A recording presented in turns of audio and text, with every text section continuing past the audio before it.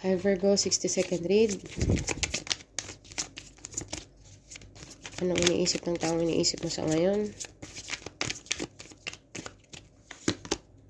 Ace of Pentacles, Two of Wands, the Devil card. Oh my God. Virgo, obsessed tong taong iniisip mo, sino man siya, obsessed siya into the idea na magkaroon ng new beginning sa'yo.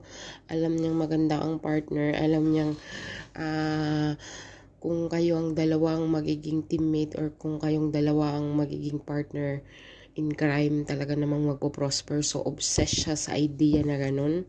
Okay, but he don't know how or she don't know how to start or paano niya mag-open up sa'yo. Okay. Nagustuhan niya sa partner with a partnership card, opportunity card. Gusto niyang mag-offer or gusto niyang basta ikaw ang kasama niya, obsessed siya sa'yo.